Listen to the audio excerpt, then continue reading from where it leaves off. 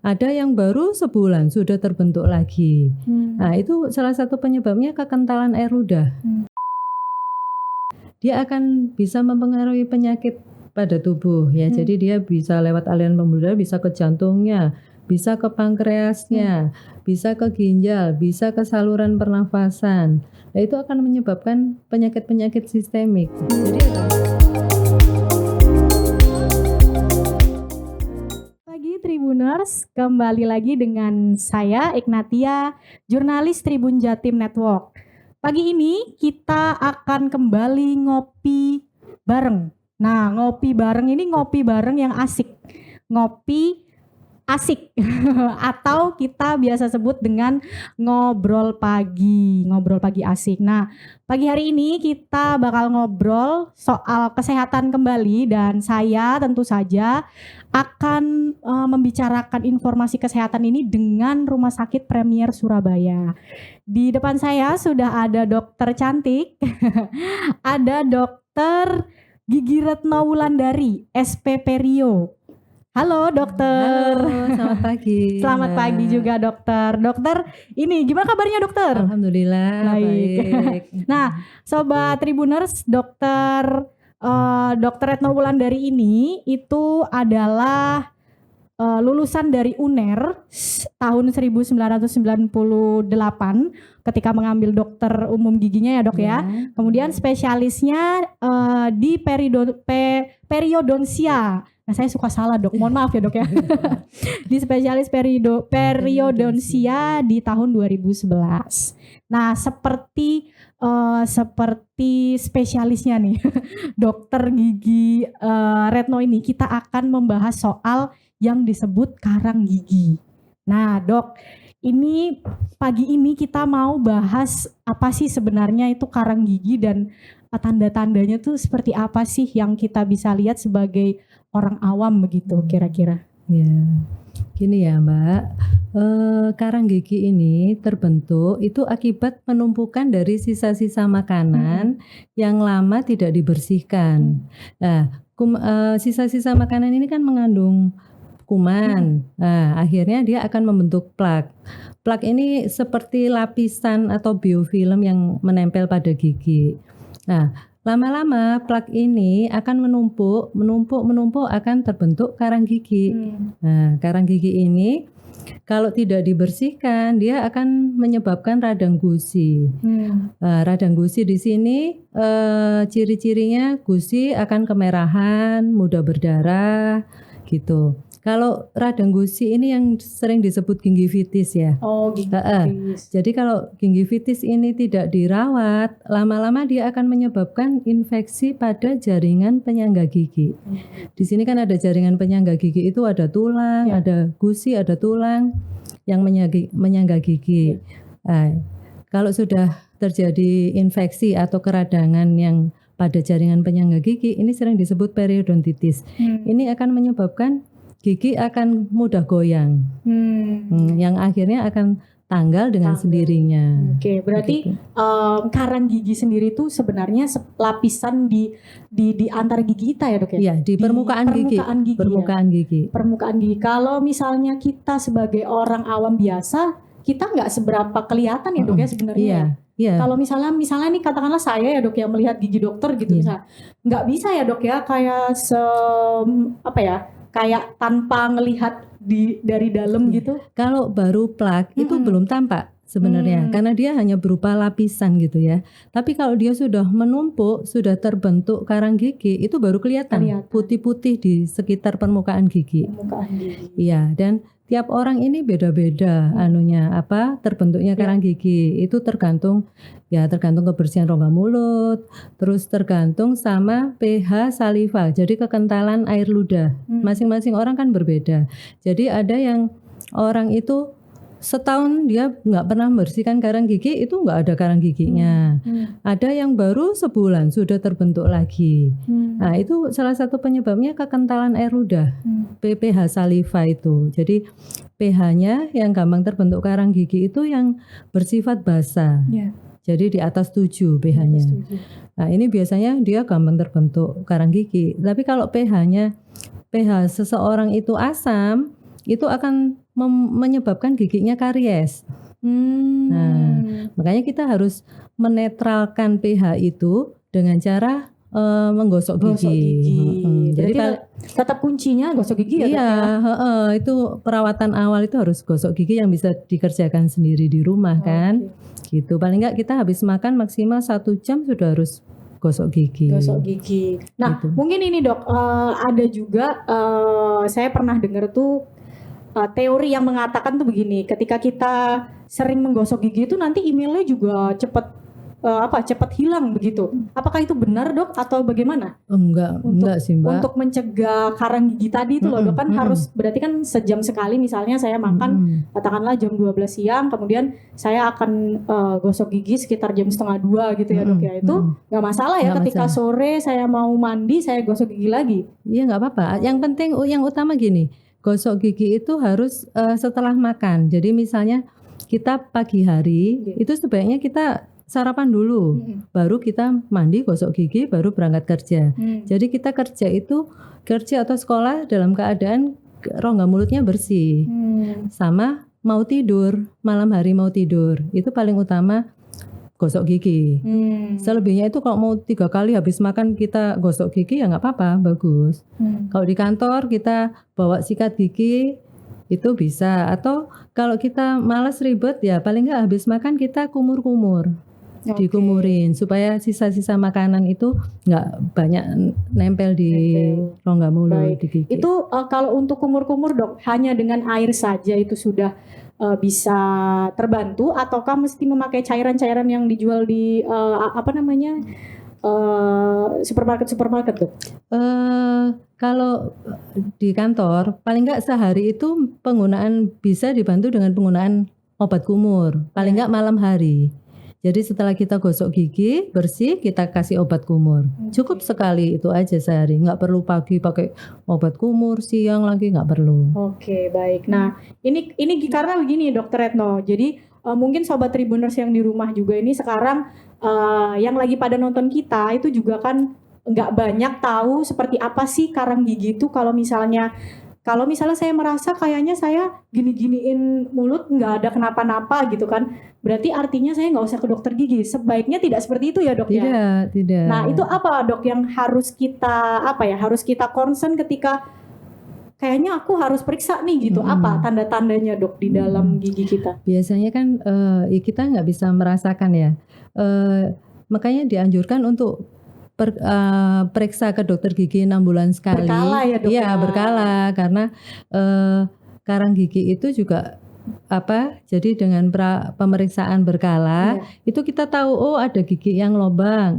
karang giginya harus dibersihkan. Kita jadi bisa mendeteksi lebih awal gitu. Oke, baik. Nah ini dok, kalau misalnya tadi misalkan seperti saya ya dok, katakanlah seperti saya, orang pekerja kantoran begitulah ya.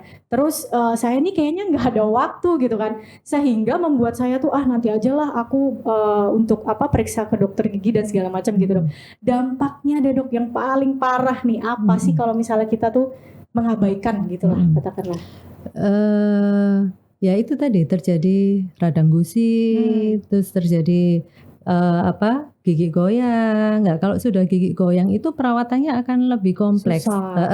Jadi kita harus membersihkan karang gigi, harus displanting, gigi-gigi yang goyang itu displanting, diikat ke gigi-gigi yang tidak goyang. Setelah itu tidak berhenti displanting aja, itu harus dilakukan perawatan operasi penambahan bubuk tulang supaya giginya kuat lagi. Displanting itu artinya seperti dikawat gitu dok? Iya, tapi bukan dikawat ya. Jadi kawatnya beda. Kawat behel gigi untuk meratakan gigi sama kawat splinting untuk perio itu beda. Jadi ya nanti perawatannya akan lebih ribet lagi, lebih panjang gitu. Nah berarti itu ya, itu sobat. Harus bersihin karang gigi, dan biasanya karang gigi yang sudah menebal itu kan nggak bisa dibersihkan dengan sikat gigi biasa ya. Jadi ya harus dengan bantuan dokter gigi. Ya ada alatnya khusus, ultrasonic scaler gitu. Jadi nggak sakit. Jadi karang giginya nanti rontok dengan alat itu. Tapi daripada menumpuk ya, lebih baik kita berkala begitu ya. Berkala 6 bulan sekali. Baik. Nah itu tadi tadi memang kita bicara membersihkan gigi di ketika kita mendatangi dokter gigi ya dok ya. Tapi katakanlah misalnya seperti ini, ada beberapa teman-teman yang mungkin percaya aku bersihin sendirilah. Itu ada nggak sih opsi itu dok? Bisa nggak sih kita tuh bersihin gigi sendiri tanpa bantuan seorang dokter gitu? Banyak ya di pasaran itu ada alat untuk bersihin karang gigi sendiri, tapi itu enggak optimal. Iya, jadi tetap harus ke dokter gigi. Karena ini juga ya dok ya, profesional ya dok ya, jadi tidak sampai alatnya kan beda, dia pakai seperti yang wireless itu ya, yang seperti sikat apa itu, itu menjanjikannya gitu sih bisa, tapi ternyata nggak bisa maksimal, nggak bisa optimal. Iya. Gitu. Dan kita juga tidak tahu gitu ya dok ya, dampaknya mungkin kalau misalnya salah sedikit kan, kalau tidak salah di dalam gigi kan ada saraf ya dok ya. Saraf-saraf yang mungkin itu tidak bisa bisa melukai gusi kalau kalau di karang gigi ya kan bisa tambah radang nanti ya. Gitu. Oke, nah ini dok, kalau tadi kita berarti harus ke dokter gigi gitu ya. Jika memang teman-teman ini belum sampai ada karang gigi, nah itu gimana dok mencegahnya supaya jangan sampai deh ada karang gigi gitu? Dengan sikat gigi saja kah atau ada tips lain dari dokter?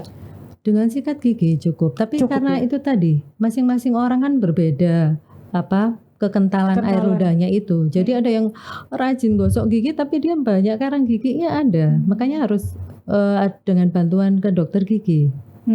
Gitu. Tetap harus bantuan ke dokter gigi. Untuk yang pH-nya terlalu basah, kental itu sebaiknya ya minum air putihnya banyak. Gitu. Jangan malas-malas minum air putih. Gitu. Karena itu untuk supaya air ludahnya itu tetap cair dan gosok gigi, karena gosok gigi itu menetralkan pH saliva. Untuk ini dok, untuk cara menyikat gigi dengan benar, itu seperti apa dok? Cara menyikat gigi yang benar dengan waktunya ya, pagi hari setelah sarapan dan malam hari mau tidur, itu yang utama 2 kali itu aja sudah bagus. Sudah bagus. Terus dari arah menyikat giginya. Jadi kalau gigi yang atas itu diarahkan dari atas ke bawah gini. Nah, pelan-pelan, paling enggak 8 kali hitungan. Terus ke depan juga, samping sini juga. Untuk yang bawah juga dari bawah ke atas gitu. Bukan begini ya dok, berarti ya? Bukan begini juga. Jadi dari bawah ke atas. Untuk yang bagian dalam juga harus disikat kan? Itu disikat dari bawah ke atas. Untuk bagian permukaan gigi kita sikat. Ini baru yang permukaan giginya ini bisa maju mundur gini. Gitu. Yang atas juga dari bawah dari belakang ke depan maju mundur. Tapi untuk permukaan yang di pipi ini harus dari atas ke bawah. Untuk gigi atas, untuk yang bawah dari bawah ke atas. Harus seluruh permukaan harus dibersihkan, tidak boleh kelewatan. Oke, baik. Dokter, untuk kita periksa idealnya ke dokter gigi itu berapa lama sih sebenarnya?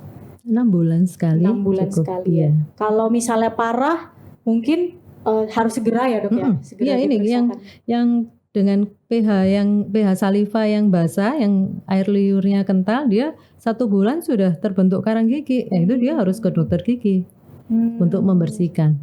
Nggak menunggu waktu 6 bulan. Gitu. Biasanya pasien-pasien yang pH salivanya kental itu juga ada hubungannya dengan pemberian obat-obatan seperti obat-obatan kemoterapi seperti itu. Itu bisa menyebabkan air ludahnya kental. Ada penyakit-penyakit sistemik.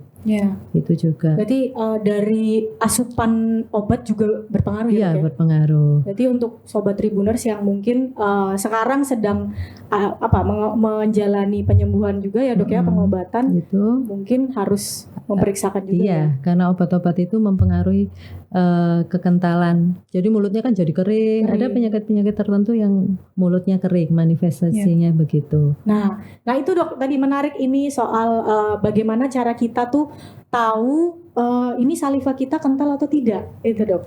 Itu ada, sebenarnya ada untuk ngetesnya ya, ada pakai kertas lakmus gitu. Itu diukur nanti pH-nya lebih di atas 7 berarti basah gitu. Oh, berarti Ada kertas untuk ngecek itu, kertas lakmus. kertas lakmus. Kalau misalnya kita kayak gini aja nggak bisa ya dok ya? Nggak bisa. Misalnya kita, aku ngerasanya kayaknya kental, nggak bisa ya dok ya? Nggak bisa. Begitu sobat ternyata. Oke. Gitu. Oh iya Mbak, untuk karang gigi yang nggak dibersihkan ini ya, dia kan isinya kuman-kuman tuh. Nah, kuman-kuman ini akan dia melalui aliran pembuluh darah, dia akan bisa mempengaruhi penyakit pada tubuh ya. Jadi dia bisa lewat aliran pembuluh darah, bisa ke jantungnya, bisa ke pankreasnya, bisa ke ginjal, bisa ke saluran pernafasan. Nah, itu akan menyebabkan penyakit-penyakit sistemik. Jadi ada hubungannya karang gigi sama penyakit sistemik. Kalau dia ke jantung, maka dia akan menyebabkan penyakit jantung koroner. Biasanya berhubungan dengan gigi itu. Kalau dia ke pankreasnya akan rusak. Itu akan menyebabkan dia sakit diabetes. Meskipun dia nggak ada keturunan diabetes. Iya. Terus ke saluran pernafasan, itu akan menyebabkan gangguan di paru-parunya.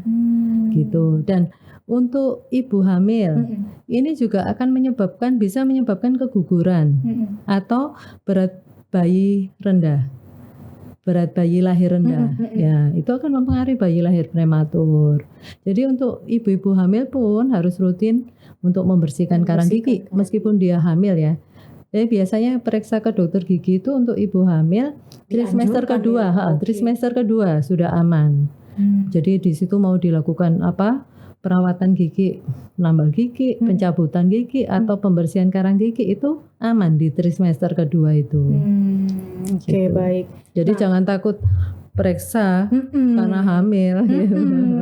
Ada banyak yang begitu dok. Apalagi kalau misalnya ngomongin dokter gigi itu kan kadang yang image yang terbangun itu ya dok ya kan pasti serem, dokter gigi serem karena alatnya itu kan banyak. Suara alatnya kan begitu ya. Kayak seperti mau ngebor gitu. Suaranya yang menakutkan. Nah ya itu ini dok, saya penasaran dengan karang gigi ini rentang usia berapa dok? Atau semua usia nih bisa terjadi? Biasanya kalau pada anak-anak itu masih penumpukan sisa-sisa makanan yang disebut debris itu ya. Nah itu lama-lama dia ada karang giginya. Kalau anak-anak sudah ada. Kebetulan pasien saya ada yang dari kecil itu sudah gampang terbentuk ya tuh karena salivanya kental dia.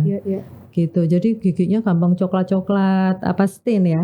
Stain. Jadi padahal itu dengan makanan dan minuman yang berwarna, seperti dia suka minum susu coklat, kayak makanan yang warna-warna gitu, soto, rawon itu bisa mempengaruhi. Itu hitam-hitam namanya stain. Itu dia gampang sekali terbentuk. Padahal adiknya enggak. Jadi itu ada keturunan juga. Genetik ya dok ya? Genetik, ya, menurun dari salah satu orang tuanya. Gitu ada, dari anak-anak sudah ada ya dok ya? Artinya akan lebih parah ketika itu dari kecil sebenarnya sudah ada karang gigi, kemudian pas dewasa tidak diapa-apain ya dok ya? Iya, dibiarkan. Ya bisa-bisa giginya tanggal dengan sendirinya. Iya. Dan dampaknya adalah Sobat Tribuners tadi yang dikatakan Dr. Retno itu bisa menimbulkan komplikasi di dalam ya dok. Sistem tadi sistemik penyakit sistemik. Penyakit sistemik itu. Jadi pentingnya sekali untuk kita rutin membersihkan karang gigi. Nah, kalau misalnya untuk Sobat Tribuners ini ya yang mungkin sekarang lagi nonton kita terus tertarik dengan dengan penjelasan dari Dr. Retno tadi. Ini Dr. Retno juga praktek ya Sobat Tribuners di Rumah Sakit Premier Surabaya. Di jadwal praktek Senin, Rabu dan Minggu ya dok ya? Senin, Rabu dan dokter bisa cerita ini jamnya berapa aja? Untuk hari Senin saya prakteknya jam 6 sampai jam 9 malam. Iya. Untuk hari Rabu jam 2 siang sampai jam 5 sore. Dan untuk hari Minggu saya juga praktek jam 9 sampai jam 12 siang. Nah, itu kalau untuk anak-anak sekolah atau yang kerja itu kalau lebih memungkinkan hari Minggu kan enak. Iya betul. Jadi lebih bebas Iya, bebas. bisa hari ngobrol Minggu. dengan Dokter Iya. Retno. Jadi saya ulangin tadi jadwal prakteknya Sobat Tribuners, di hari Senin, Rabu dan Minggu. Kalau Senin itu jamnya jam 18 sampai 21, di hari Rabu itu jam 14 sampai 17, dan hari Minggu untuk nih yang pada masih beraktivitas ya ketika weekdays gitu, di weekend ini Dokter Retno akan praktek di jam 9 sampai jam 12 siang. Iya. Oke, baik. Dokter, ketika misalnya kita tidak sama sekali tidak tidak sadar nih kalau misalnya kita tuh ternyata punya karang gigi gitu, tapi udah terlanjur parah banget gitu ya Dok ya. Penanganan pertama sebelum ke dokter gigi ada nggak sih? Apa langsung memang harus kita ke dokter gigi aja ya? Iya, kalau sudah menumpuk, apalagi sudah ada keluhan gusinya mudah berdarah itu ya Dok. tanpa gosok gigi ya.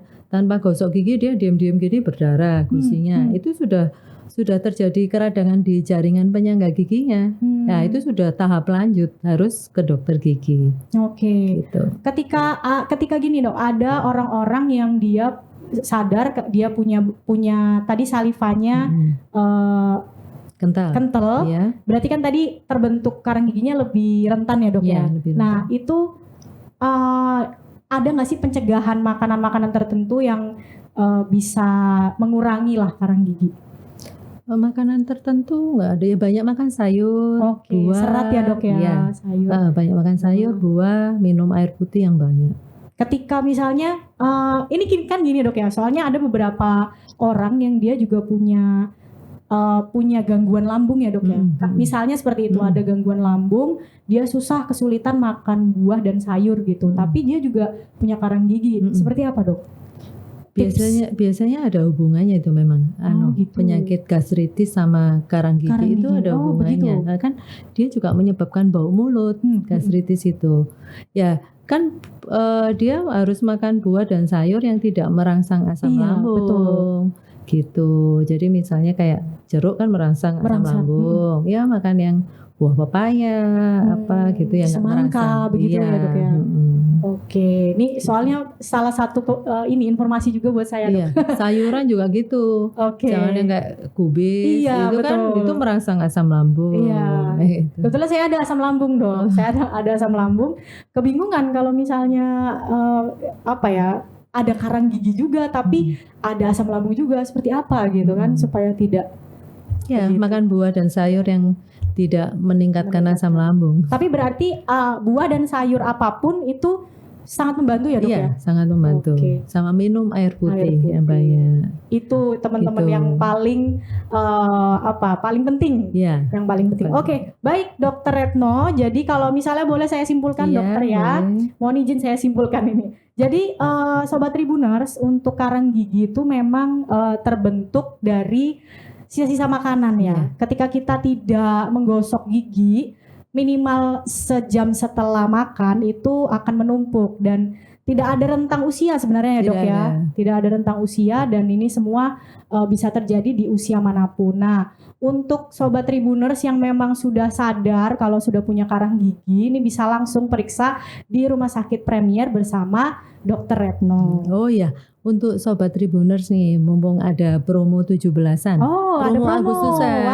Asik nih. Di Rumah Sakit Premier itu ada paket untuk membersihkan karang gigi. Ada promo. Berlangsung berakhirnya sampai akhir Oktober. Jadi monggo Sobat Tribuners untuk datang ke Premier untuk membersihkan karang gigi. Mumpung ada promo diskon. Oke, ini tawaran yang menarik ini. Untuk nanti langsung ketemu dengan Dokter Retno, dapat promo lagi. Apalagi coba yang ditunggu. Oke, baik. Nah dokter, pesan dokter nih untuk terakhir nih, saya mau kepo pesan dokter. Kira-kira untuk teman-teman atau Sobat Tribuners di rumah yang mungkin sekarang dalam masa pencegahan, atau mungkin ada yang udah punya karang gigi tapi kebingungan gitu, apa yang harus saya mulai gitu, apa pesannya Dok? Silakan. Kalau untuk pencegahan ya itu tadi ya, Sobat harus rajin membersihkan gigi, gosok gigi, rajin menggosok gigi, rajin minum air putih, ya mengurangi rokok nggak boleh, Terus jangan minum minuman beralkohol itu untuk menjaga supaya giginya sehat, jaringan penyangga giginya sehat. Dan juga kalau sudah terbentuk karang gigi ya harus segera datang ke dokter gigi untuk membersihkan karang gigi itu supaya tidak berlanjut sampai terjadi ke gigi goyang dan giginya menjadi tanggal sendiri. Gitu. Nanti kan sayang kalau Betul, karena jadi ompong masih mulai dari ompong. Soalnya pakai gigi palsu itu juga nggak enak kan. Dan anu juga Dok, di muka tuh tidak estetik. Iya. Oke, baik. Itu tadi sahabat Tribuners ya. Jadi pencegahan untuk karang gigi sendiri itu sangat mudah. Kita hanya butuh untuk sikat gigi dan jangan lupa untuk minum air putih yang banyak. Makan sayur dan buah. Dan kontrol rutin ke dokter gigi 6 bulan sekali. 6 bulan sekali. Oke, baik. Ya, itu dia tadi obrolan kita soal karang gigi dengan Dr. Retno. Mudah-mudahan ini sobat Tribuners yang di rumah juga yang lagi dengerin terbantu ya, apapun yang mungkin sekarang lagi dihadapi nih. Ada yang sakit gigi atau dan lain-lain, bisa langsung datang aja ke RS Premier untuk memeriksakan giginya. Nah, oke. Satu ucapan dari saya sih ya, kalau misalnya membahas soal gigi itu seperti yang seperti yang kemarin saya sempat mengobrol juga sama dokter dari RS Premier itu adalah lebih baik tidak sakit gigi dan sakit hati. Jadi dua-duanya harus tetap sehat. Iya. Ya dokter ya. Itu pentingnya kesehatan. Oke, baik. Untuk Dokter Retno terima kasih banyak sudah berkenan hadir ya bersama kita di Ngopi nih, ngobrol pagi bareng dengan RS Premier Surabaya. Baik. Nanti kita akan ketemu lagi Sobat Tribuners di Ngopi Asik episode selanjutnya, dan tetap nantikan acara-acara kami. Saya Ignatia undur diri, dengan Dr. Retno juga undur diri. Kita bertemu lagi di lain kesempatan. Terima kasih, selamat pagi.